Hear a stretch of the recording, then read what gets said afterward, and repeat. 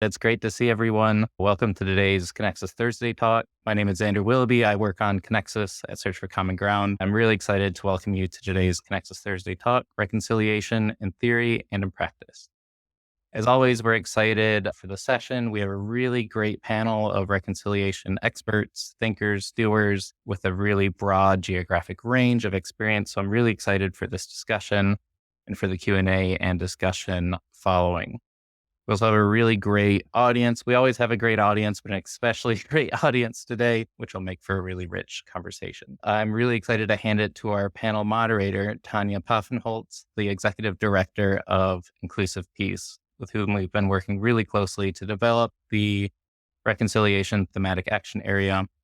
As one of those figures in the field who has been able to work in the practitioner space, the policy space, and academia. So she's the perfect person to moderate today's session. So I'll hand it to you to set the stage for us. Thank you, Sanders, and welcome everybody. At Inclusive Peace, we're super excited about this, not only webinar, but this is the launch of the thematic action area, this knowledge portal on reconciliation. And we have been working so long on this. And then with a number of really cool partners, which I mentioned in a bit. And suddenly we found out Search is developing the ConnexUs portal. And so we joined hands and thought like, this is wonderful. We can do this together. And this is really fantastic that we are doing this together. But the question is, why do we need a knowledge portal on reconciliation? Because I was just talking in the pre-tech session with Jean-Paul Lederach, and I said like, oh, my 20 years that we met. He said, no, it's 30 years. And actually we met in the early 90s. I was a PhD student at the time, and he was already like, yes, a very respected scholar and practitioner. And we were both working on Somalia, and we were working on very different levels of reconciliation. I was working on the track 1 process. Jean-Paul was working on the community-based process in Somaliland. And at the same time, there was the Truth and Reconciliation Commission in South Africa. I, at that time, came back from Mozambique, from the UN mission, where there was a very interesting reconciliation process of healing that was initiated by the churches in Mozambique about getting, after the UN peacekeeping mission left, like how can reconciliation be done for the child soldiers with traditional healing methods. So already at that time, there were so many different types of reconciliation. And I think we have just added more to the palette of reconciliation. So I think we need this knowledge hub to really get a more better understanding. What are we talking about when we talk about reconciliation? Is it like a long-term healing process in society? Is it reconciliation between the warring parties? Is it the more justice-oriented one? So I think there's so many facets of reconciliation. And I think that's why we're very happy that we had partnered up with also Winchester University, and Simon Keyes, who's here today, has given us really conceptual thinking about this very complexity, getting the complexity of reconciliation. We partnered up with our friends from the hashtag Reconciliation Consortium, Mary Ho Center of Reconciliation, USIP, Surge. And there were also really good donors involved in that from the early days on CEDA Sweden, the Vihori Foundation, but then also Humanity United. And we thank you all that we made it to this. So I think for me, reconciliation is a little bit like in Peacebuilding. It's really a long-term, perpetual reconciliation process on different levels. And I think we would like to really go deeper into this and understand also from Sanders. I hand over to you now. What is this space? What is this sort of knowledge portal presenting in terms of features? Over to you. Perfect. Thank you, Thania. On ConnexUs, if you go to connexus.org/themes, you can see all of these thematic action areas going across 20 different topics relating to social impact in conflict-affected settings. So the reconciliation thematic action area, which we're launching today, basically ConnexUs as a crowdsourced knowledge sharing platform. There's content posted across the platform. So there's resources, that videos, publications, audio discussions. There are discussion forums, event pages, job postings, all of that the community can post directly to the platform. What the reconciliation thematic action area does is aggregates all of the content from across ConnexUs to one spot. So let's say you've never heard of reconciliation before, or you've touched on it in different ways, but you're excited to go deeper. This can serve sort of as a one-stop shop to get some background, some frequently asked questions, the latest resources that are crowdsourced from across a community of sectors working on social impact and conflict-affected settings. You can also join a discussion on reconciliation, which we'll send out one as sort of a follow-up reflection to this session today. You can see upcoming events, job opportunities, etc. Fairly soon, hopefully in the next week or so, we'll be launching a tool to be able to guide you into the information model to get really exactly the type of reconciliation that you're looking at, to be able to explore different themes within the thematic action area. So this is definitely a spot to keep checking back, not only to read the latest content, but also to share the work that you're working on. And I will segue that into introducing our speakers today. First, we're joined by John Paul Lederach, Professor Emeritus of University of Notre Dame and a Senior Fellow for Humanity United. John Paul is an American professor and practitioner in conflict resolution and transformation. He's worked in reconciliation and peacebuilding work in Colombia, Nicaragua, Northern Ireland, Philippines, Nepal.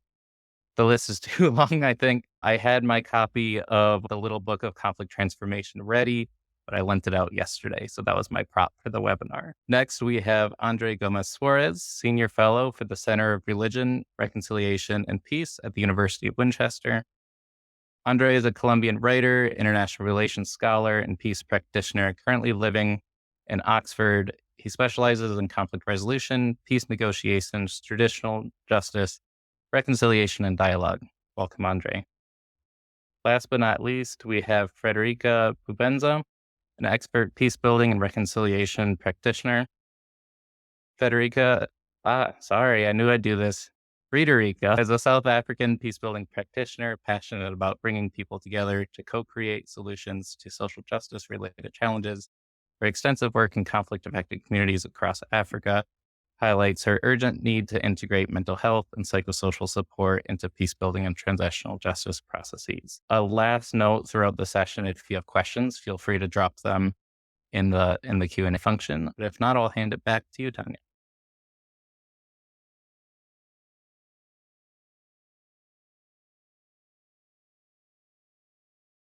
So lovely to have you all here. Very exciting. And I think what we were going to do is we start a little bit conceptual. So what do you, from your particular perspective, see sort of the theory, if there is any, the conceptual backing of reconciliation? We have a sort of ping pong conversation about that, and then move on to what does it really mean in practice from your different geographical experiences, and then see where it takes us in the time we have, and then open up for Q&A. So I'm starting with you, Jean-Paul. 30 years, I said. So has your conceptualization of reconciliation changed, or you still talking, you would still say it's the same thoughts you had in the early 90s? We're just very slow in implementing, or what's the theoretical conceptual backing that you see with reconciliation? Over to you. Yeah, thank you. And good morning and afternoon and evening to all of you. I'm not sure where everyone is located. I'm going to steal 30 seconds to read a Rumi poem, if I might, because it's been working in my mind the whole week, and I thought that it was particularly relevant. It's the one that most of you may know that starts with the line, "Out beyond ideas of wrongdoing and right doing, there is a field." And it concludes with the notion that the world is too full to talk about, and that sometimes our concepts can't hold the complexity. And there's a sense in which this study unit is like a field, and certainly we all come from professional fields. And the question, I think, is what makes up this field? So to your specifics, Thania, I think the dilemmas and challenges have remained the same. I probably have, 30 years ago in writing the book, for example, Building Peace, Sustainable Reconciliation in Divided Societies, I was very conscious and intentional of putting forward the notion of reconciliation in order to shock a system that I did not think attended to a lot of the things that were about that complexity. I've become perhaps a bit more cautious because I think the word reconciliation can easily be abused in many forms and at many levels, and can be appealed to because it holds an imaginary about the human condition and about the human aspirations. The four, I think, core elements, if I were to identify them, that are the dilemma areas, theoretically, for me at least, as well as a practitioner, have to do with scale, which means that reconciliation can be easily understood and applied from interpersonal to international. And that often gets mixed in a variety of ways. It's reconciliation. If it's the verb reconcile, it's a verb that has to conjugate past, present, and future. And there's always a complexity around what orientation and how it's dealing with those. The third is the complexity itself. You mentioned peace and justice, which I think are the two probably biggest areas that really have deep tensions. And the fourth, I think, has to do, and here it's hard to describe it exactly, but interdisciplinarity or intersectionality, which means that so many people from so many different lenses can take a peek at this thing, can look at it, investigate it, interrogate it, from theology and spiritual practices across to very hard sciences. And it is extraordinary in its need. And I think that actually speaks to the question of that reconciliation is seeking in some form or fashion to attend to the fullness of humanity. And if I was to make a very specific area where I felt the greatest tension, it has been in the field, the professional field that many of us work with, the challenges between a kind of a resolutionary and a reconciliatory approach is the difference between the craft of finding, expedient solutions to problems, which is a craft often in statecraft and a lot of the professional field, compared with the deeper vocation, perhaps, of nurturing a quality of relationships. And ultimately, I attend to the theory that enduring social change is relationship centered. And ultimately, it has to find ways to deal with the quality of relationships. And that's really what it's trying to focus on. I think you were spot on with saying it's relational, because even on the different layers you described, it's always relational. It has always to do with these relations. Andrei, over to you. You're focusing a lot on the pedagogy of reconciliation. What is that? Yeah, thank you, Thania. And it's a pleasure to be here with all of you. I think to try to get to your question, let me just say that I think, as John Paul Lederach said, reconciliation and peace building are interconnected. Long-lasting peace must have at the center reconciliation processes. This is not an add-on or a thing that we need to think about it in the future. And I'm saying that because in the case of Colombia, we cannot believe that negative peace, as Galton called it, the idea of the absence of direct violence, is going to guarantee us that violence is not going to reemerge. And the main reason why that doesn't happen is because harm and divisions continue to fracture social relations when you don't work on reconciliation. And for that reason, reconciliation pedagogy is an opportunity to unblock relationships trapped in defensive identities and power relations that limit the potential for change in the present. So dialogue is a key aspect of reconciliation pedagogy. Pedagogy, as Paulo Freire said in The Pedagogy of the Oppressed, is basically focused on dialogue, a dialogue that disrupts the culture of silence and creates solidarity and potential for collective transformation. And true dialogue cannot exist unless the partners engage in love, humility, faith, trust, hope, and critical thinking. So what we need to do when we are transforming relations and open new opportunities for dealing with the past, in particular focusing on truth, justice, and reparations, reframing the present, meaning creating a new social contract and social cohesion, and envisioning the future, offering an international, intergenerational legacy, is something that we can do when we focus on reconciliation pedagogy, both in the formal settings and in the informal settings. Yeah, thanks a lot. I mean, what echoes for me a lot, thanks for bringing love and hope into the debate. and also the social contract. So this renegotiation of how people actually live together in these situations, and also that is really long-term intergenerational. I think that's really spot on. Friederike, over to you. You're working a lot on mental health and psychosocial approach. What does this field, so to say? Jean-Paul said it's many fields within the field. So what does this field add to the conversation? Yeah, thanks, Thania. And it's a real pleasure to be in conversation with kindred spirits. I think one quick reference I want to make back to the field that Prof. Lederach mentioned is the fact that we need to look at who is in the field and where they've come from. And I always find it quite important when we're talking about issues of reconciliation as a South African that I've come from a very particular path into that field. And that path is white and it's privileged. And it's important to understand that when I talk about reconciliation, I speak as a middle-class South African who has never really asked for anything and certainly doesn't face the reconciliation challenges most South Africans face at the moment. So I think that is really important for me. And then a second reference was this notion of reconciliation being an attendance to the fullness of humanity. And for me, that's a magnificent metaphor and one that I'll very much like to carry forward, because I think obviously our mental health and our psychosocial existence, our well-being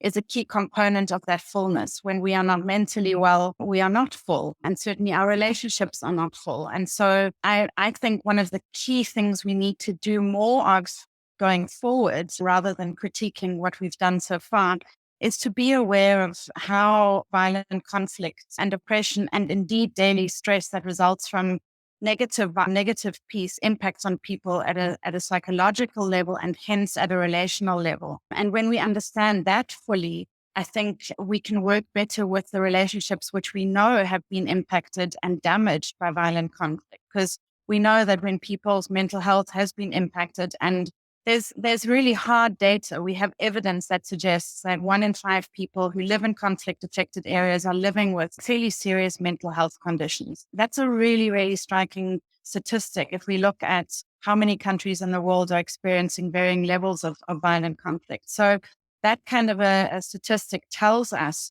that we absolutely have to integrate this awareness into our peace-building practice. And I think what's really important as well is looking at, and this is something I sort of appeal to my colleagues in the field to, is looking at it beyond trauma. It's not just trauma.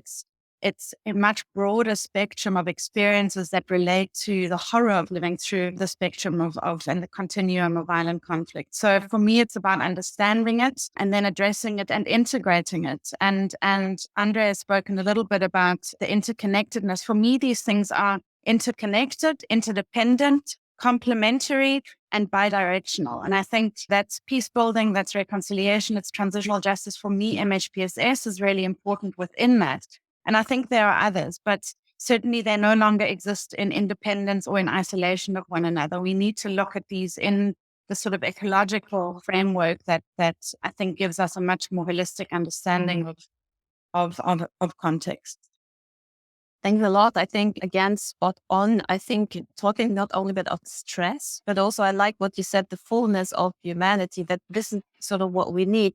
We did a study on protection of peace builders, and not only in violent contexts, and people were experiencing a lot of social media, actually shaming, campaigning, and they were so stressed about it. So it was not like just a sort of, you have a war trauma, but it's really this looking forward, you said as well, this ongoing kind of stress when you are a reconciler and want to really engage in your community. There is so much resistance, and that causes so much stress. So it's also that dimension of the inner peace. How can you heal from within and not only heal the others? Thanks a lot for that. Let's move to the second round and nail it a little bit down on context. So Andrei, I start with you. You mentioned already Colombia a little bit. So what is the points of reconciliation in Colombia at this very moment?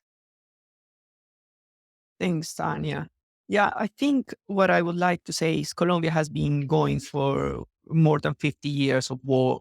And one of the biggest challenges when we are thinking about reconciliation in Colombia is precisely how to focus on the present when remembering gets in the way, creating in the way of the present, and creates anxiety about the future.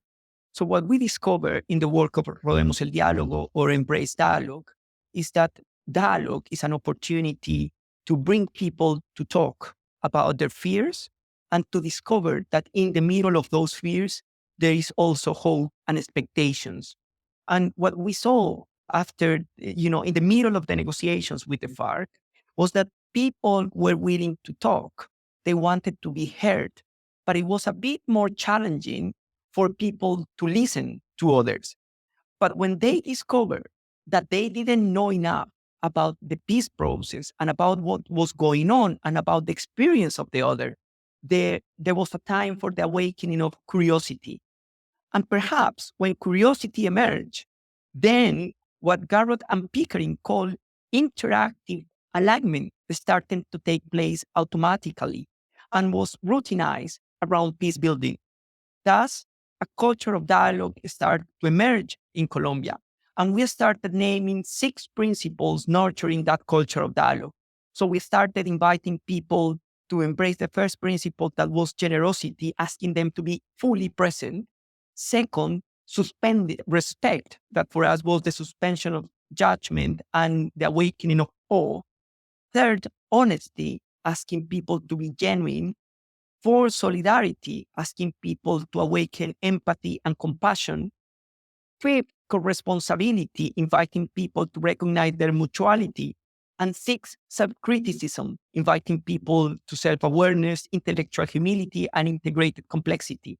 And all of these, in a way, started bringing us to the other part that we have never met, like former FARC combatants. And when we saw that we could do that with former FARC combatants, what we saw is that we could start bringing also the next generation in to talk about these things so that they could, one way or another, create new frameworks in the present about what the future of the country could look like. So in all of these, what we believe that we've been learning also through the work of neuroscience is that reconciliation process, after a long period of time, needs to focus on the present. And we're starting to talk about present-oriented reconciliation. What is it that we can do for people to focus in the now, understanding the opportunities and transforming the obstacles in new beginnings? Thanks a lot. Enrique said there's also focusing on the now and the future and not only on the past. I think it's also a very important aspect. And the empathy you also mentioned. Thanks a lot for that. And also that people have it easier to talk than to listen, which is, I think, interesting. I thought they have it harder to talk, but it's actually the other way around. Enrique, South Africa, we can look back almost like decades of this process as well. Where is society at? Well, I'd love to say that we're doing well, but to be perfectly honest, I don't think we are. I think we have a long way to go to really be able to say that we're envisaging and living the realities that some of our heroes around 1994 had envisaged. I was just looking through the South African Reconciliation Barometer data of the Institute for Justice and Reconciliation, which is the longest standing barometer on reconciliation in the world. And they're currently estimating or suggesting that 72% of respondents believe that people still need reconciliation. Their data says that most people still have very little interracial interaction in the home or in social settings, even in universities. And that racialized ownership of the economy and the slow pace of restitution and redistribution continues to perpetuate inequality and prevents the alleviation of legacies of social distress. And I have to say again that as a South African, these are things that I see every single day. And having just attended on Human Rights Day on Tuesday, which was a public holiday, a seminar on intergenerational trauma in South Africa, I'd like to go as far as to say that reconciliation is a fairly foreign, abstract concept for most South Africans at the moment, especially working class South Africans who are living with unprecedented unemployment rates. 1 in 3 South Africans, 1 in 2 young South Africans. So our youth unemployment is hovering around 50%. And so these are really sort of devastating factors to me. And I think one of the big contributing factors, to this is, or rather the reality is that in the South African context, this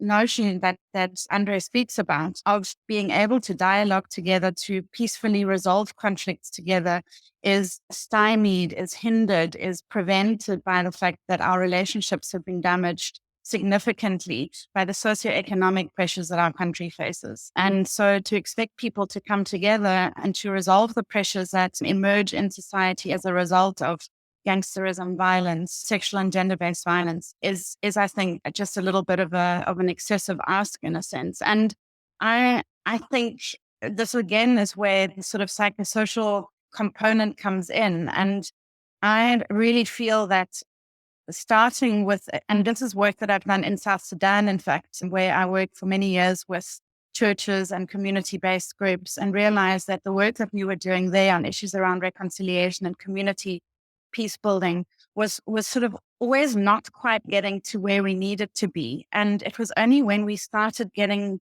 to this issue of how the past disrupts the present and the issues that people hadn't spoken about that resulted from more than 50 years of civil war in that country really needed to be resolved. And what I found really interesting, and that's why I think this is a possibility for improved reconciliation dialogues, is the notion of vulnerability. So when we, and I think both John Paul and Andrei have spoken about this, is when we come together and we connect to talk about our fears, I think is what Andrei said.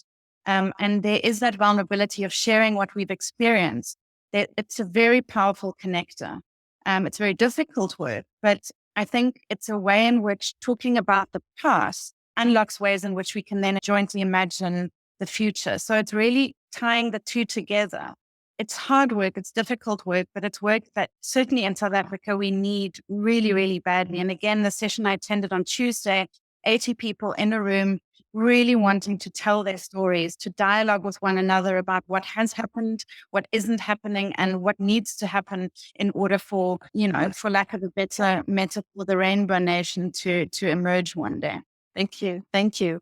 I think what I'm getting also is from several of both of you, Andrei and also Friederike, the need to dialogue, but also Friederike, I think, thanks a lot for pointing to the fact that you need to have also the mental space for doing reconciliation in an environment of sort of crime, of harassment, and of economic extreme pressure. It is not easy. And I think we often forget that it's not just about bringing people together. It's also about creating these conditions that enable people to have the space. Sometimes I think the luxury of engaging, because it's different for people like us who can sit in a Zoom call, or for people who have no jobs and nothing to eat. Jean-Paul, over to you on Nepal, because I wanted to really ask you on Nepal, because it's not a typical case of reconciliation like Colombia or South Africa. It's very specific, and I would like to hear from your experiences, but you stand in between the Q&A and having everybody to speak. Have this in mind, please. Over to you. Yes.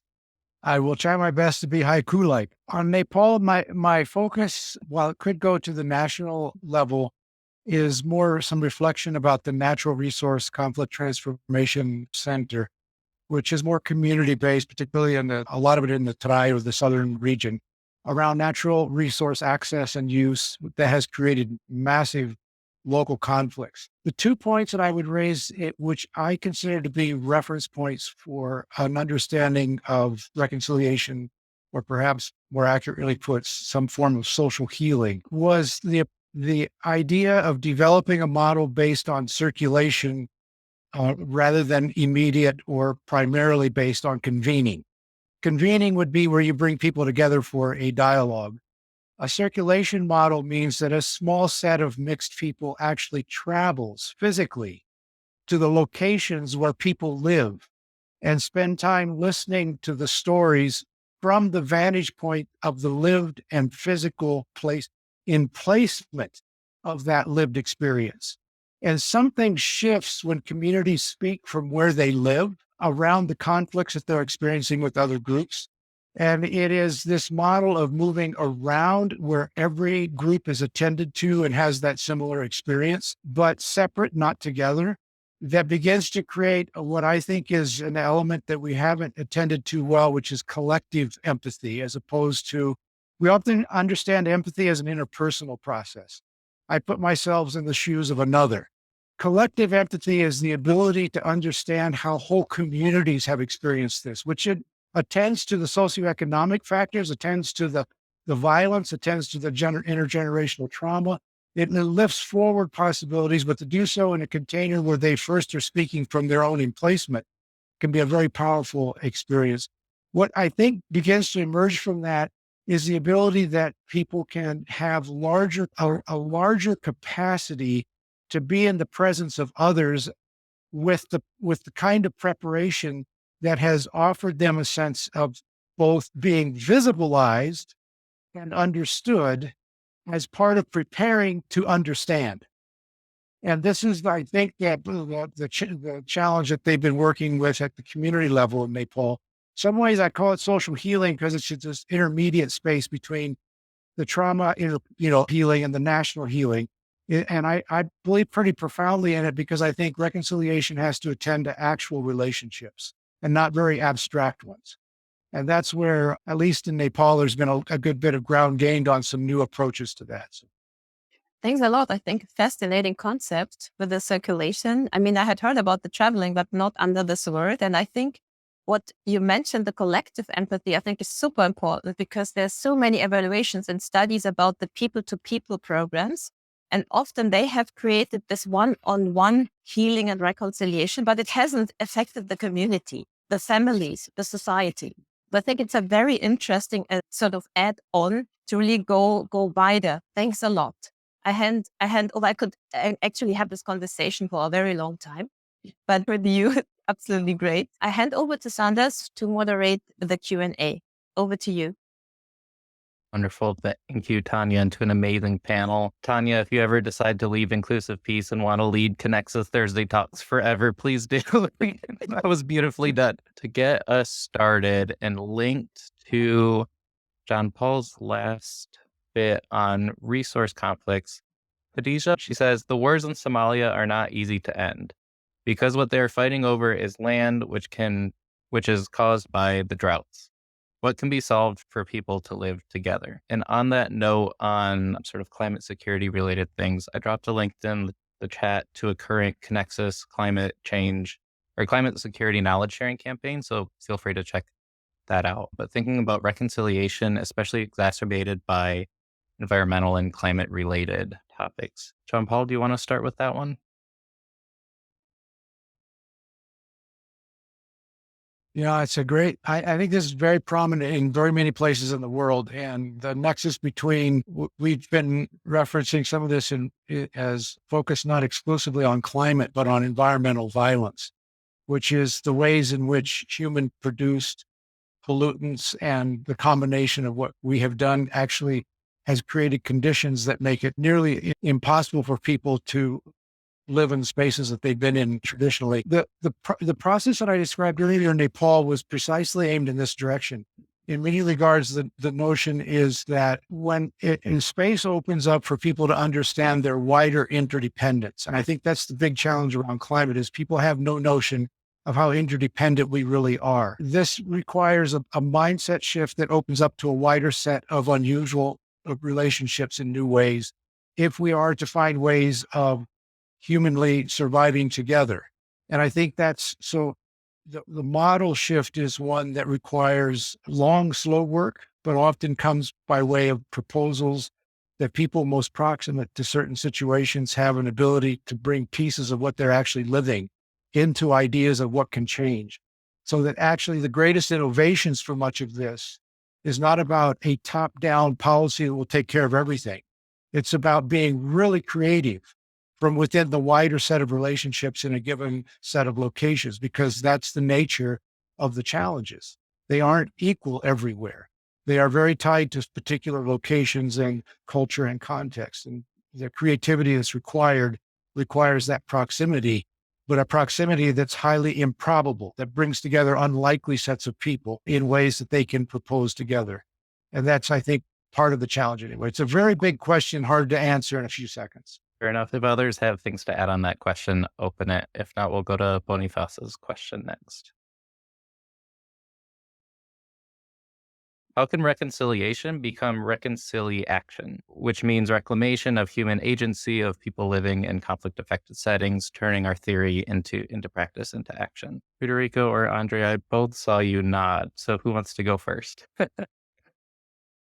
I have some thoughts because I think that that question leads really beautifully into the previous question and what Jean-Paul was saying about this need for action. And I think sort of part of my critique of the existing transitional justice model and especially of the Truth Commission model is the relatively short-lived notion of it. And I think what we need to rethink, either as a replacement or as a complementary model, is to put in place long-term systems and structures that continue to create spaces where people can dialogue with one another. And for me, that's reconciliation.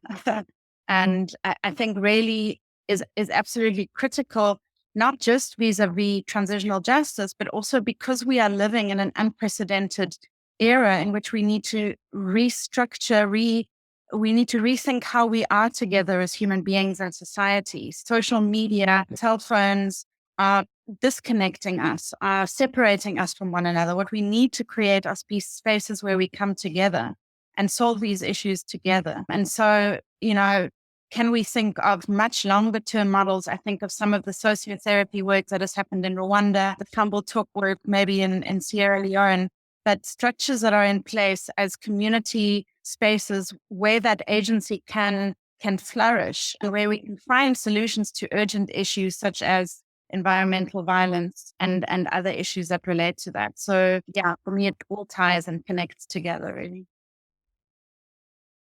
Yeah, let me follow from there and probably take back something that Jean-Paul Lederach said at the beginning, and it's that we shouldn't confuse the concept of reconciliation with the practice of reconciliation.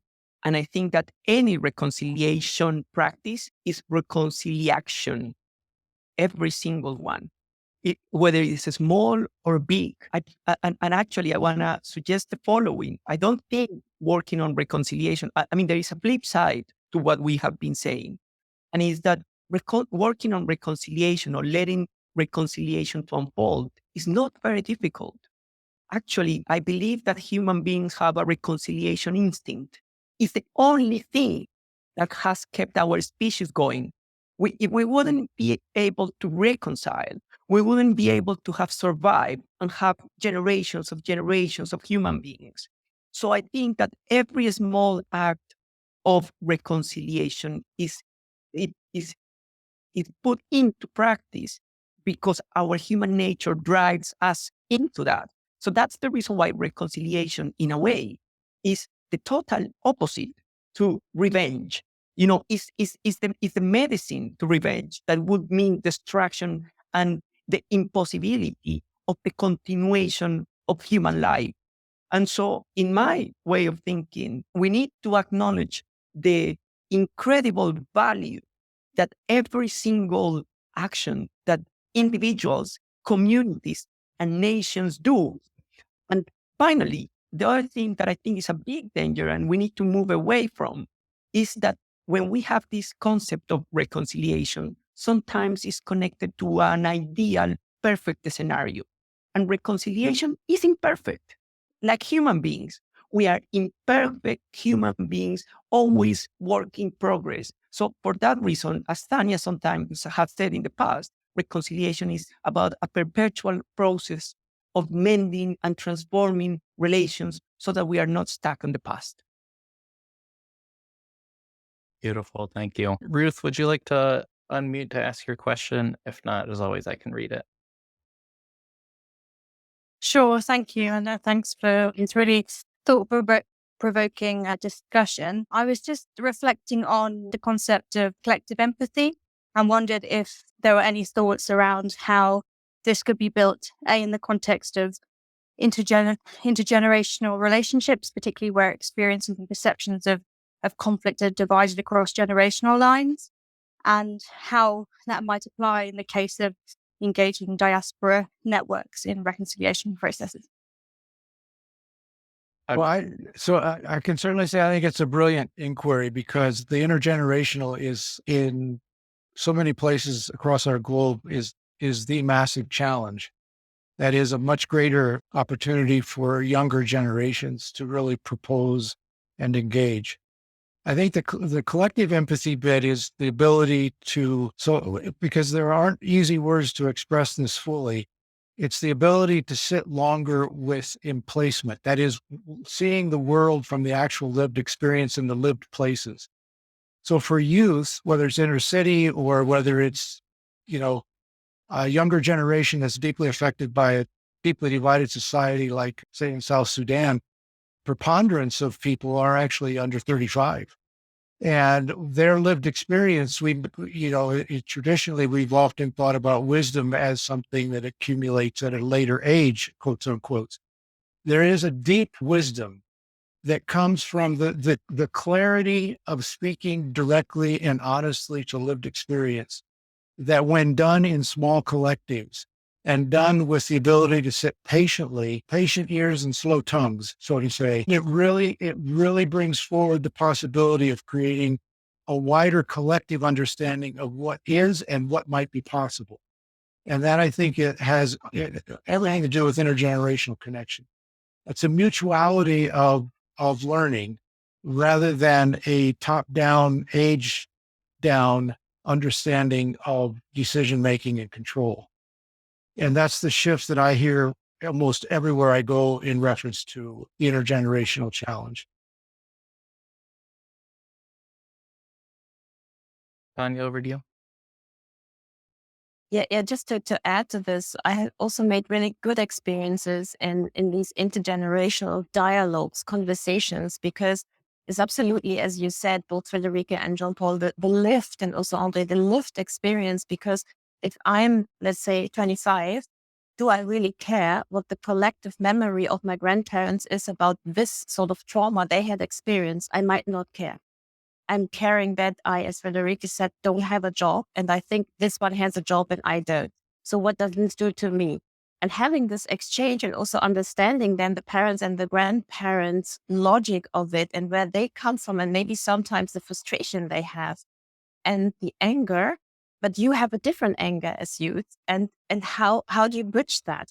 But ultimately, for me, it's like, how do we move forward all together in a society to create more inclusive societies? And there is no inclusive society. It's like Andrei said, it's a fiction. A society will never be perfect, never be sort of reconciled completely, because there's always something. But it's about getting closer on this pathway and having this almost collective discussion about it. And I think that it reminded me, like, there was this, I really was fascinated by it. There was this North Korean defector. He flew very complicated with a lot of trauma through China to South Korea. Then he thought he's going to be welcomed there, but he got a lot of just pushed back, and nobody wanted people from North Korea. While the public discourse is, oh, we want unification, we want to come together. But this guy was treated so badly. And he stood on the streets of Seoul, that was shortly before COVID, with a sheet saying, like, hug a defector. And he put it on video, and it went viral like crazy. And he had 1 million followers in 24 hours. And people started a discourse about, how do we treat people from the North? Is that the right way of doing it? And it really mobilized it. And that's what I call small acts of reconciliation. And that's what Andrei also meant. I think it's about the everything, the everyday. What can we all contribute every day? And that makes the collective of it, and showing and sharing, using social media, for example, to show the everyday of what people can do in little spaces. And I think that's for me a basis of change. Thank you. Wonderful. Thank you. What we'll do, we'll go from Eduardo to Simon to Tiffany. And then there are so many beautiful questions in the chat that really deserve to be discussed. So what we'll do is, after the session, I'll take all of those questions and put it on the ConnexUs discussion forum and send it out to everyone, so you can choose a question, share your thoughts on it, get sort of some collective brainstorming on this. But Eduardo, I'll hand the mic to you. You want to unmute? Fantastic. Well, nice to see familiar faces here. John Paul, it's nice to see you. Andrei, and even I remember Thania, the ARCS piece last year. So thank you for a wonderful conversation. I have two very brief questions, one for Andrei and the other one for John Paul. For Andrei, I love the fact that you were talking about pedagogy of reconciliation, but I wasn't just listening to the way you described it. I was wondering who would be the target audience of this pedagogy? Because it sounded like it was something that you were aiming for, you were thinking of for peace builders or for practitioners or people that are out there in the fields or activists. But I wasn't sure if it was that or were you aiming for the broader public? Is it something that you want to discuss in universities and school with the day-to-day citizen? So that would be like one thing that I would like you to clarify. And John Paul, I love the way you described this model based on circulation. And I was wondering, do you think has it been used in Colombia? It sounds interesting. It also sounds expensive. If you ask me, it sounds intriguing. And then I realized, well, has something of the sort been used with the Truth Commission, for example? I mean, would you describe anything that the Truth Commission has done in Colombia as some form of model based on circulation? Thank you both. And thank you, everyone.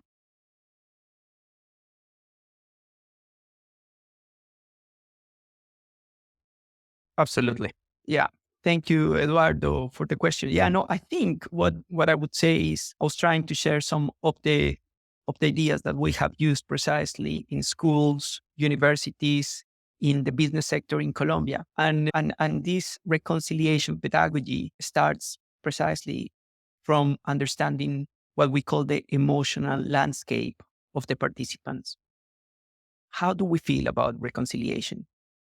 Do we feel happy, sad, anxious? And once we walk through that, we start exploring why the fear. But we really try not to get into a very sort of sophisticated discussion about theories of reconciliation and dealing with the past or imagining a different future. What we do is we work with what the participants bring, because the potential that we see, and that's the reason why in Rodemos el Diálogo, this concept that I've been developing now and theorizing it a bit from practice, out of practice, is this idea of present-oriented reconciliation. What is it that we have here and now?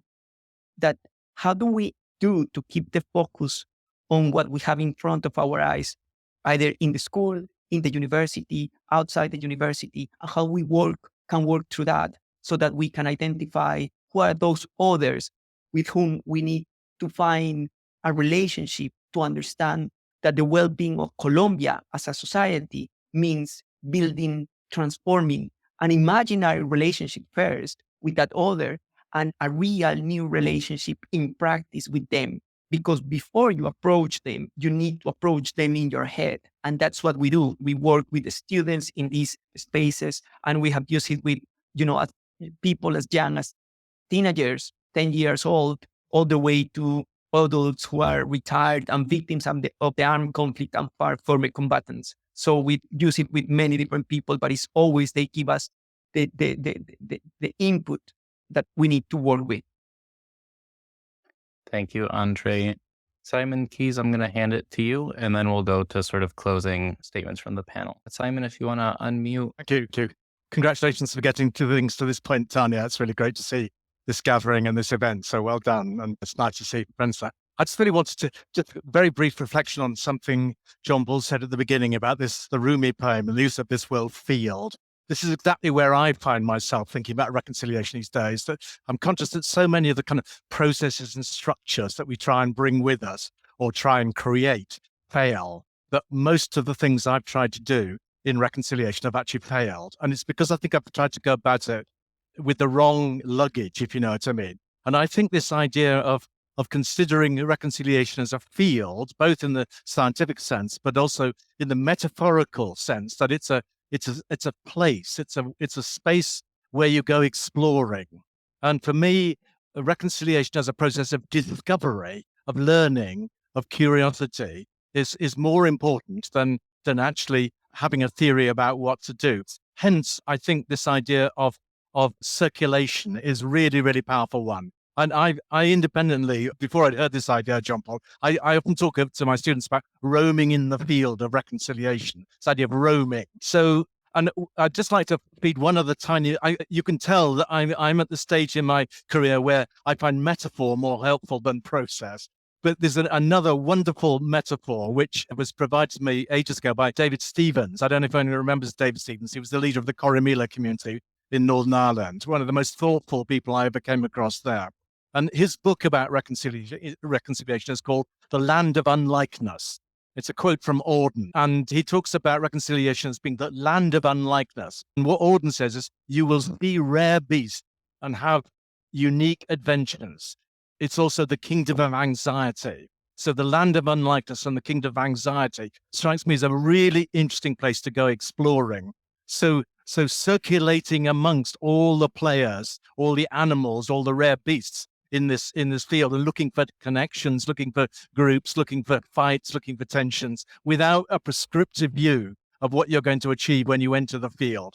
It feels to me like the heart of reconciliation for me. And of course, this is on the basis of knowing so many different things about what other people have done in the world of reconciliation. But that's where I am anyway. Thank you.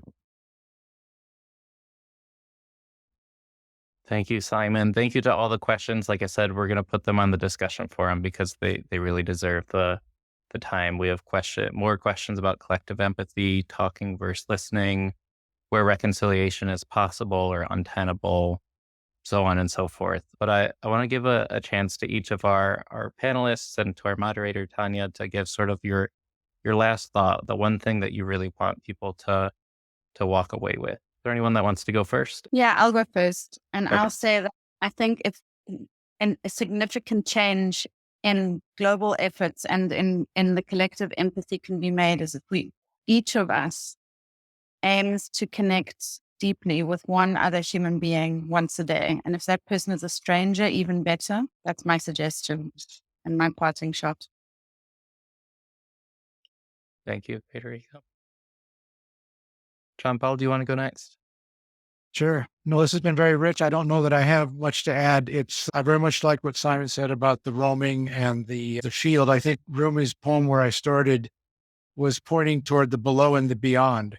And I think that's a lot of where the work of reconciliation is. It's sort of beyond the immediacy of the issues in the sense that there's a spiritual component that touches us deeply as human beings. And it's below the surface of what has been there for years, but not had ways of expressing itself in ways that lead toward well-being of the wider whole. And that's, I think, why it's such an interesting and challenging topic. Thank you, Jean Paul. Andrei? Yeah, thanks so much. It's been really enlightening, and I agree with many of the things that have been said. And I think Simon has made a great contribution to condense some of the things that I think John Paul had said also. I just would say that I'm at the moment of thinking that if we think about present-oriented reconciliation, we will understand it as a never-ending process, because at the end of the day, we live in the present. And as this is a never-ending process, the other thing that I think we need to understand is that it cannot be managed. The reconciliation cannot be transformed into a project. It's not an end point. There is not a timeline for achieving reconciliation.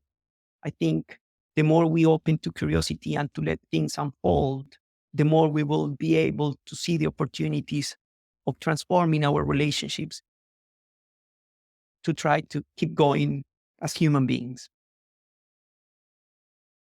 Thank you. And Thania?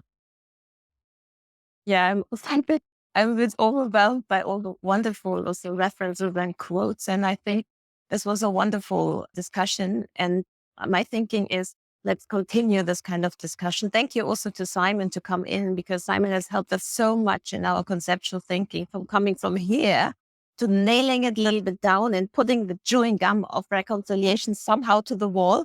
And we are still struggling with it. But I think it's really also, I like what you said, Friederike, it's the everyday. It's not giving up when we have those big leaders in the world and in these hottest conflicts we have on earth who are not reconciling. And the suffering they're causing with that. Let's not get frustrated about this, but let's know everything is perpetual. That will change, and we can all contribute in our big and little spheres where we work, and let's give up. Thanks a lot also for Search for providing this wonderful space. Thank you. Amazing. Thank you all. A huge thank you to Inclusive Peace for helping sort of pull all of this together, really being the impetus for creating the reconciliation thematic action area with all of the partners you can see on the reconciliation page. Thank you so much to each of our speakers. You're each people I've been following for years, and so it's really great to share the space today. Lastly, we have another Thursday talk next Thursday on localization of climate security, guidance note written by 3 sort of really local level organizations doing amazing work. So be sure to keep an eye out for the link there. And the discussion forum, the recording will be up as soon as I can edit it. But thank you again for joining us today, and we'll see you all again very soon. Bye.